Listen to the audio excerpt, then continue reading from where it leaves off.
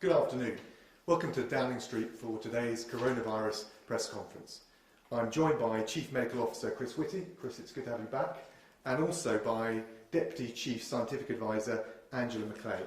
And before Angela gives us an update on the data, I'd like to update you on the steps that the government is taking to defeat the coronavirus. Our step-by-step action plan is aimed at slowing the spread of the virus, so fewer people need hospital treatment at any one time, and that will protect the NHS's ability to cope. At each point, we've been following scientific and medical advice, and we've been very deliberate in our actions, taking the right measures at the right moment. We're taking unprecedented action to increase the NHS's capacity by dramatically expanding the numbers of beds, key staff and equipment on the front line, to give people the care they need when they need it most. That's also why we're instructing people to stay at home, so that we protect our NHS and save lives. I can report that through the government's ongoing monitoring and testing programme, as of today, 208,837 people have now been tested for the virus, 51,608 have tested positive. The number of people admitted to hospital with coronavirus symptoms now stands at 17,911. And of those who have contracted the virus, 5,373 sadly have died. Our thoughts, our deepest condolences are with their loved ones at this very difficult time. These figures are a powerful reminder of why we need everyone to follow the government's guidance. We must stay home to protect our NHS and to save lives. As you'll know, last night the Prime Minister was admitted to hospital for tests following advice from his doctor. This was a precautionary step because he continues to have persistent coronavirus symptoms 10 days after first having tested positive for the virus. I can tell you the PM had a comfortable night in hospital and he's in good spirits. He's still in hospital under observation, he's been given regular updates on developments and he continues to lead the government. I can reassure the British people that the government remains united in a single, overriding priority, which is to defeat the coronavirus and see this nation through the challenge ahead. In the last week, under the Prime Minister's leadership, the Chancellor of the Duchy of Lancaster, Michael Gove, has explained what we're doing to boost manufacturing capability here at home, to meet the rising demand for ventilators and other equipment in the NHS. Business Secretary Alex Sharma has been setting out what the government is doing to support small businesses. And yesterday, Health Secretary Matt Hancock gave an update on what we're doing to bolster capacity in the NHS, including increasing the number of critical care beds. The FCO is supporting all of these operational priorities. So we're deploying the diplomatic network right around the world to source and buy ventilators and protective equipment so that we can reinforce the NHS frontline here at home. At the same time, we're working with other governments and the airlines to bring home as many stranded British nationals as we possibly can, prioritising our most vulnerable citizens. On commercial flights, we've helped over 200,000 UK nationals come home from Spain, 13,000 from Egypt, 8,000 from Indonesia. We've also chartered flights from 7 different countries, bringing home more than 2,000 British nationals. We've repatriated a further 1,550 from cruise ships, including most recently the Coral Princess and the Zaandam. And for those travellers who are still stuck abroad, we're doing everything we can to keep international airports open, to keep commercial flights running, and to charter flights when there are no other options under the new arrangements that I announced last week and which have now been agreed with 14 airlines. We've allocated £75 million to support those arrangements. We've already had flights back from countries including Peru, Ghana and Tunisia, and we're fixing further flights from India, South Africa, Nepal and the Philippines, which will fly later on this week. So I want to reassure people that every arm of government is doing everything it possibly can to defeat the coronavirus and rise to the challenges that it presents us at home and abroad. Last night, Her Majesty the Queen reflected on the national spirit of unity and resolve that we're seeing in our country, as well as the collective effort we need to tackle the disease. From our heroic doctors, nurses and care workers, through to those manning the tills at supermarkets and pharmacies, those driving the lorries and the buses, they are all worthy of our applause, they're all worthy of our admiration. And on that note, both the Prime Minister and I would like to thank all the NHS staff for their truly heroic work. And we urge the public to continue to follow the government's advice, to stay at home, protect the NHS and save lives. And on that note, I'm going to pass over to Angela for an update on the latest data. Thank you. If I could start with a first slide. This is about the work that we have all been doing in order to stay at home. So what you see there is how much change there's been in how we use transport. And the orange line, I think, is the one that shows us across the whole country how national rail usage has fallen right down to below 20% of what it was during February. And you can see with other ways of moving around, they are also much, much lower than you would normally expect at this time of year. You can see that on the 23rd of March, so 2 weeks ago today, they really, really fell very dramatically. The efforts all of us are making to stay at home and save lives are working. There are, if I can have the next slide, the growth in the number of cases in our hospitals is not as bad as it would have been if we had not made these efforts. So it is working, but the big question is the virus spread slowing down enough to make hospital admissions stabilise and then even fall? If I could have the next slide, please. So these are people being admitted to hospital with COVID-19 across different regions of Great Britain. And what you can see is that having risen very steadily up until around about the 1st of April, they're now starting to show a more complicated behaviour and starting, we hope, to slow down. But it really is too soon to see the effects of the big changes we all made to our lives from the 23rd of March onwards. Because remember, that's only 2 weeks ago, and it takes several weeks after you become infected for you to realise that you're ill enough that you really need to be in hospital. So we're all watching these numbers very, very carefully, and we're very much hoping that what's going to happen next is they will at least stop rising. Next slide, please. The final set of numbers to look at today is the global comparisons of these very sad deaths from COVID. And this is the most lagged data. So these are data that show the date of reporting of deaths, and that can take a very long time after someone's died and be rather variable how long that takes in different countries.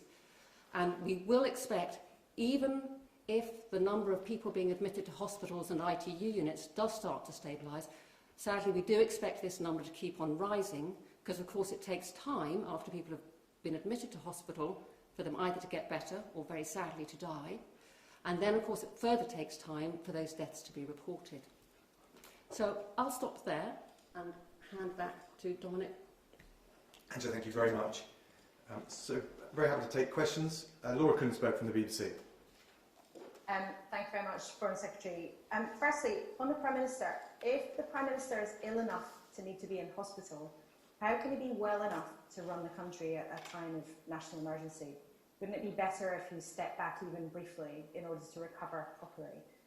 And if I could ask the medics, you say that the restrictions are working, but too early to tell the long-term effects. But what would your view on what a likely exit strategy from the restrictions be? Thanks, Laura. Well, first of all, on the PM, he was admitted to hospital for tests as a precaution only, and that was because some of the symptoms that he had when he first tested positive had persisted. He's had a comfortable night in St Thomas's, he's in good spirits, and he's being regularly updated, and he still remains in charge of the government, and we're getting on with all of the various strands of work to make sure at home and abroad we can defeat the virus and pull the country through coronavirus and the challenges that undoubtedly we're facing at the moment. Angela, do you want to comment on the... Yes, our advice has been very straightforward, that we need a good long time series of data on all of these stages of infection in order to be able to tell what the impact of the measures that came in on the 23rd of March are going to be. It's too early to tell yet. We need people to carry on following those instructions so that we can work out 3 weeks later what actually happens in hospitals. Or does that give you the answers you need? Do you want to come back? I just wonder, there is increasing discussion about what the exit strategy from these restrictions should be. I would be interested to hear Angela or Professor Whitty's view on what they might anticipate, given all the uncertainties around. Again, our suggestion has been completely clear. We need to know how well the current restrictions are working before we can say anything sensible about what the next stage might be. The number one priority, Laura, right now is to stop the spread and to make sure that we can get past the peak. And I think that's the overriding focus of the government right now. And the other decisions can be considered in light of the evidence that we're taking from Angela and Chris in due course. Beth Rigby from Sky.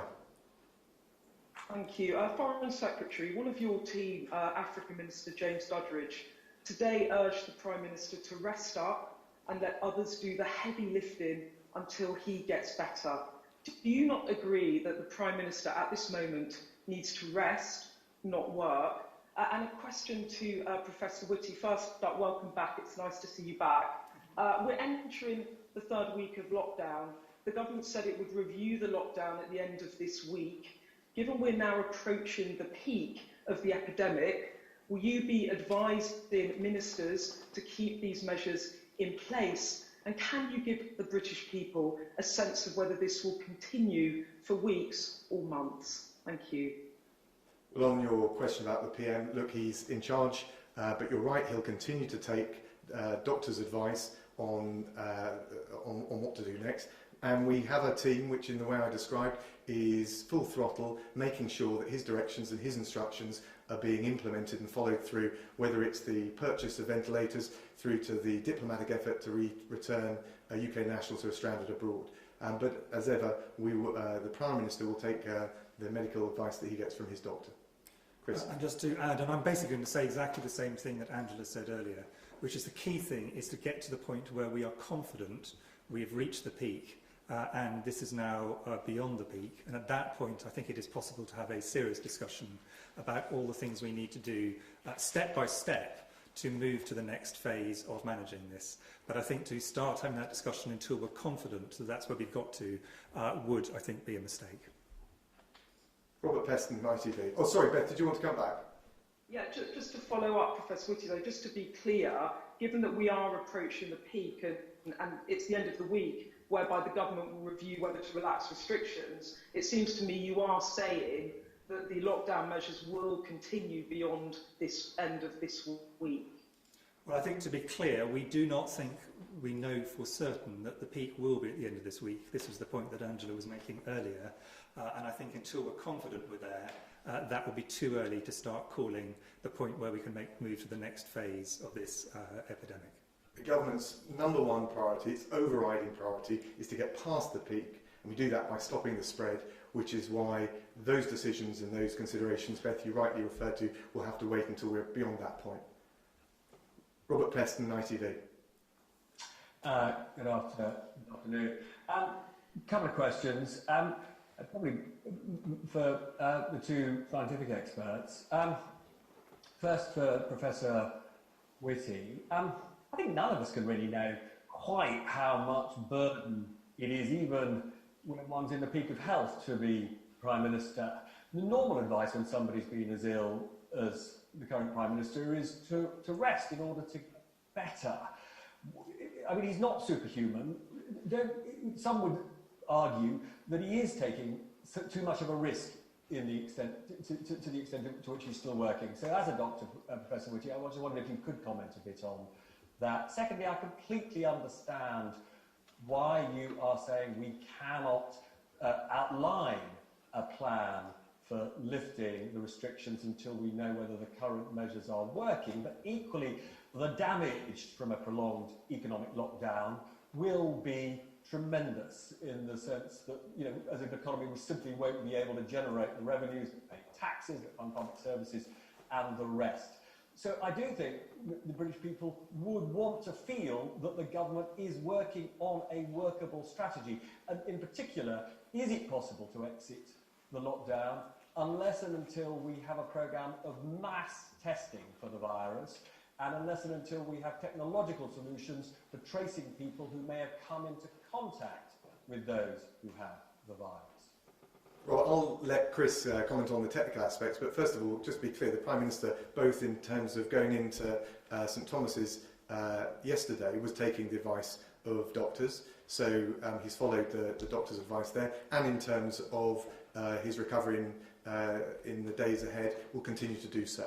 And just again on the exit strategy, let's be clear about this. I mean, I'll let Chris talk to the technical points. But the risk right now is if we take our focus off the strategy, which is beginning to work, is that we won't get through the peak as fast as we need to, which is why it's perfectly legitimate to ask the question.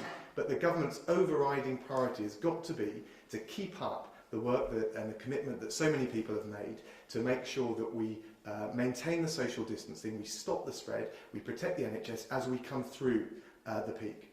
Chris. So my advice to the Prime Minister was to take the medical advice of the excellent NHS doctors who are advising him, and I'm sure he'll continue to do that. The only bit of advice I gave in addition to that was, as was widely reported, I did advise him to get tested in the first place because I thought that was prudent. But after that, I didn't wish to muddle my role with him. I'm not his medical practitioner. I'm his advisor on wider issues. In terms of the point you make about, there must be planning for next phase. Of course there is. It's quite complicated. There are a very large number of technical elements which need to be brought together. Testing is one of them, but it also involves, for example, considering the likelihood of a variety of different other technologies, including vaccines, including drugs, and when they're likely to be available. I think the one thing I would say at this point is we've got to remember, just from the health point of view, and clearly there are wider social and economic issues as well, that there are at least 4 different kinds of mortality and ill health we need to take into account over the period of this epidemic. There's the direct effects of people dying from coronavirus. There's the indirect effects of the NHS if it were to become overwhelmed and therefore unable to provide emergency care for either coronavirus or other areas. And all the activities we're doing at the moment are to make sure that both of those are minimised. But it is really important also to remember that there will be effects from the fact that some healthcare has had to be postponed to make room for this within the NHS. And, of course, anything that has an impact on the socioeconomic status, particularly of people who are more deprived, will have a long-term health impact as well. And we have to, in our exit strategy, balance all of these different elements, which to some extent can be in tension. So I think it's just important to understand this is going to be quite a complicated set of trying to work out how different things fit together as we move to the next phase of this epidemic. Does that address your questions, Rob? Well, except I'm just being thick, I suppose, but I don't really understand why talking about, even if it's in the long term, the way we're going to exit, it somehow distracts from the imperative of social distancing. I think everybody accepts social distancing is absolutely vital, but why do people hope that there is a plan to exit? Why does that, in a sense, reduce the urgency for people of doing what they're doing now? Well, I think the 2 reassurances I can give you are that work so that we can properly assess the measures that we introduced is in place, but also that we do not want to confuse the message right now, because we are not past the peak. To get past the peak, we must have people respecting those guidelines. Otherwise, we undo all the good work that so many people have achieved and contributed to through their forbearance, particularly as the weather gets a bit warmer. And we can only make calculations about what we might do next if we have some reasonable data on how large the impact of what we've done is so far, and we can really only start to collect that from now, because we're now about 2 weeks after people would have got infected on the 23rd of March or later. Thanks, Angela. Victoria McDonald, Channel 4. Thank you very much. I was wondering, how does the number of patients in ITU beds in London right now compare with with what you've been planning at this stage? And is there any suggestion that maybe you won't need as many beds as at the Excel Centre at the Nightingale as you had expected? Well, I don't know whether Angela or Chris want to. I mean, there's a very long answer and a very short answer. The very short answer is our principal aim in both the fantastic response from the general public in terms of social distancing and all the things people have done and not done on that, and also of the NHS staff who built things up, is to ensure that the gap between the number of beds available for intensive care and those that are needed is always in a situation we have some room to spare. And if we end up in a situation where we have more ICU beds at all times during this epidemic than we absolutely need to deal both with COVID and other areas, that will be a success. That is something which is critical for our overall aim. So that, in a sense, is what we would like to see, is some headroom between what we need and what we got available at any given time, both for COVID and for other conditions. And of course, that's got to take into account the regional distribution of the need, which is why, as well as NHS Nightingale in London, we've got the other plans to build in Birmingham, Manchester, Bristol and Harrogate. Did you want to come back? Well, I just wondered where we are at the moment. If you look at the modelling and you refer back to some of the slides you've just shown, is it the case that ITU is performing better now than you had actually expected at this point? Well, we're not remotely complacent, but we're doing everything we can to make sure we've not only got the capacity, but a bit of room for manoeuvre, as Chris has mentioned. Tom Newton-Dunn from The Sun. Foreign Secretary, thank you very much. Back onto the Prime Minister's condition, if you don't mind. Two factual questions for you, Foreign Secretary. Have you spoken to Boris Johnson today, either by text or telephone, and have you taken over any of his security responsibilities, or is he also running that from his hospital bed? And to the CMO, if I may, can you explain why you recommended he go into hospital for testing? And can you possibly have a go at answering the question the Foreign Secretary didn't answer, explaining the contradiction, why the Prime Minister is sick enough to take up a valuable hospital bed, but well enough to still be running the country? Well, Tom, I'm not going to comment on security matters, but I spoke to the PM over the weekend. I chaired the morning meeting that he would normally chair. He's been kept abreast of all the relevant developments. And of course, in terms of the balance that you described, and I'll of course let Chris comment, that's something that he will decide based on the medical advice he's received from his doctor. Chris, do you want to add? Yeah, I mean, to be clear, it was not me who recommended he went into hospital. That's entirely between him and his excellent NHS team. The only thing I recommended was that he got tested in the first place. I completely agree that this is a question for a discussion between him and his medical advisors, who are outstanding. Tom, do you want to come back? Yeah, please. I mean, clearly the country is in some doubt over exactly how well the Prime Minister is. Mr Whitty, can you possibly explain, is he in risk of catching pneumonia? Does he have pneumonia, or is there no chance of that at all? I'm absolutely not going to discuss any individual patient, nor, to be clear, do I actually have all the details, nor should I, because this is an issue between him and his medical advisors. I can give a general answer, which is the clear majority of people who do end up going to hospital, or they end up going into a general bed. They may or may not need oxygen and other things, and they don't need to go further than that. But that is absolutely not a comment on his personal situation, which would be completely inappropriate for me to comment on. It's just a general comment on how things tend to progress in hospital. Chris Smythe from The Times. Thank you. First, can I ask Professor Whitty, the government today has conceded that no antibody tests that it or anyone else has developed is yet good enough for the purposes, and scientists talk about working with companies to improve the products on offer, because it isn't needed yet. So can I ask you about timing?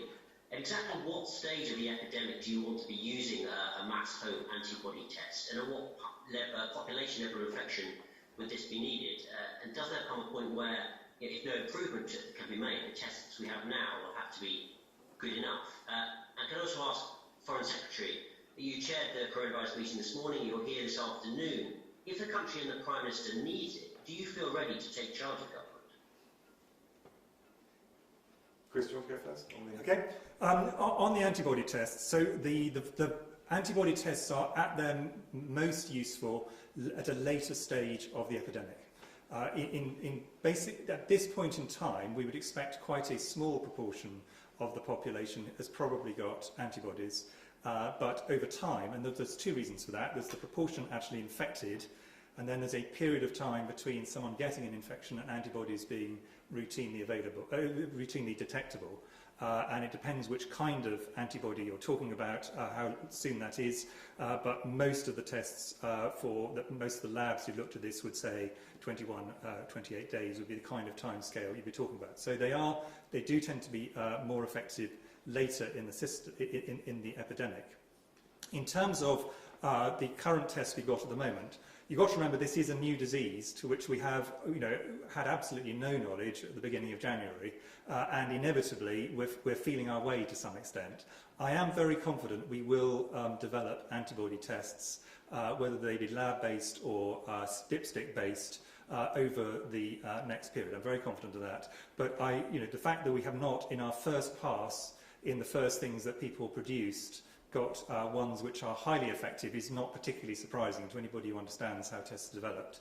I would expect those to continue to improve, both potentially on the dipstick side and definitely on the lab side, which would be available in due course through the NHS over time. And the more accurate they are, the more useful they're going to be for us, and they will become more accurate as time goes by. So I think the situation we'll find ourselves in a few months and possibly a few weeks will be considerably different to what we find ourselves in at the moment. But I think it made a lot of sense to get started early on this, because this is clearly something which in the long run is going to be very important for how we manage this epidemic. And look, on the question to me that the Prime Minister is in charge, he's leading the government and giving directions as and when required. And of course, as you mentioned, I chaired the 9:15 morning meeting. The whole team is focused on delivering those instructions. So I'm not going to get into any hypotheticals. Did you want to come back on either of those points? Yeah, Professor Whitty, you talked about the lab-based test. Does that suggest that we may have to give up on the idea of a home-based instant reading test and just go back to a system where you have to send results back to a lab?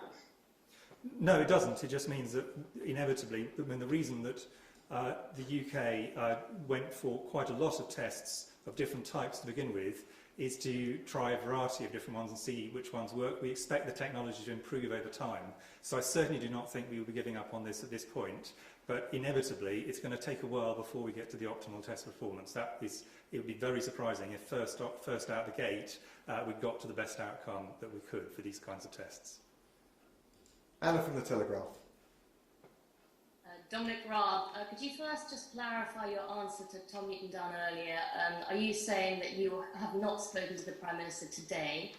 And secondly, would you concede that there is an importance to giving businesses an idea of what kind of exit strategy the government has, and a rough idea of how long it would take, and whether it would be, say, staggered by region or by type of person, and are these kind of things under consideration? And just a question for Chris Whitty. In your medical opinion, should individuals who have been hospitalised with coronavirus continue to work from their hospital beds? Thanks. So I spoke to the PM on Saturday. It was the last time I spoke to him in person. In relation to your other questions, so obviously we're very mindful of the challenges businesses are facing, small businesses, all employers, and of course the workforce as well. But the risk is, if we start taking our eye off the ball of tackling the coronavirus, stopping the spread and getting through the peak, we risk delaying the point at which we could, in the future, take those decisions on easing restrictions. So it is really important right now to keep the overriding focus on maintaining the discipline that we've had, keeping adherence to the guidelines that the government has set out, and making sure that we stop the spread of coronavirus. And making a general point as a doctor, patients of mine, and to be clear, that is definitely not the Prime Minister, but patients of mine, there are some who are in a hospital bed but are perfectly capable of managing massively complicated things from the hospital bed. Others clearly are not. That is absolutely a conversation between the individual and the doctors and nurses who are looking after them. Anna, did you want to come back on either of those points? Yeah, I mean, on the exit strategy, we know that different departments are already starting to look at what kind of things could be done in their fields and feeding back into number 10 on that. Wouldn't it help business confidence to give some sort of idea of what's on the table?